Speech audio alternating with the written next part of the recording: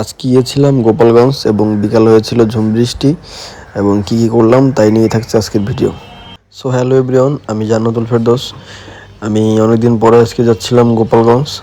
তো বেশ কিছুদিন যাবৎ গোপালগঞ্জ যাওয়া হয় না, প্রায় কয়েক মাস। আপনারা জানেন আমি ওখানে পড়াশোনা করতাম, তো এখন যাচ্ছি যদি অন্য কোনো কারণে, পড়াশোনার উদ্দেশ্যে না, আমার পড়াশোনা শেষ। তো যাচ্ছিলাম এই যে আমাদের গ্রাম দিয়ে অটো করে যাচ্ছিলাম, তারপর এই যে কালনা সেতু পার হয়ে যাচ্ছিলাম এবং রাস্তার দুই পাশের প্রাকৃতিক দৃশ্য ছিল খুবই মনোরম এবং সেটা উপভোগ করতে করতে যাচ্ছিলাম। দেখতে পাচ্ছেন কত সুন্দর আকাশ। তো এভাবেই চলে গিয়েছিলাম ভাটিয়াপাড়া এবং ভাটিয়াপাড়া থেকেই দেখতেই পাচ্ছেন যে হচ্ছে গিয়ে বাসে উঠে পড়লাম। তারপরে কিছুক্ষণের মধ্যেই চলে যাব গোপালগঞ্জ।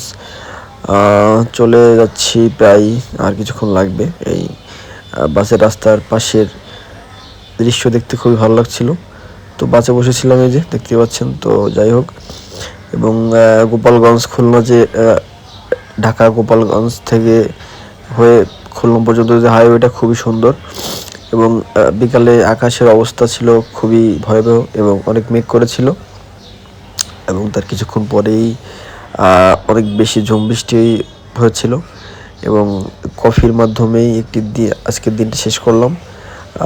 দেখতে পাচ্ছেন। যাই হোক, ঠিক আছে, সকলে ভালো থাকবেন। দেখা হবে পরবর্তী কোনো ভিডিওতে। আল্লাহ হাফিজ।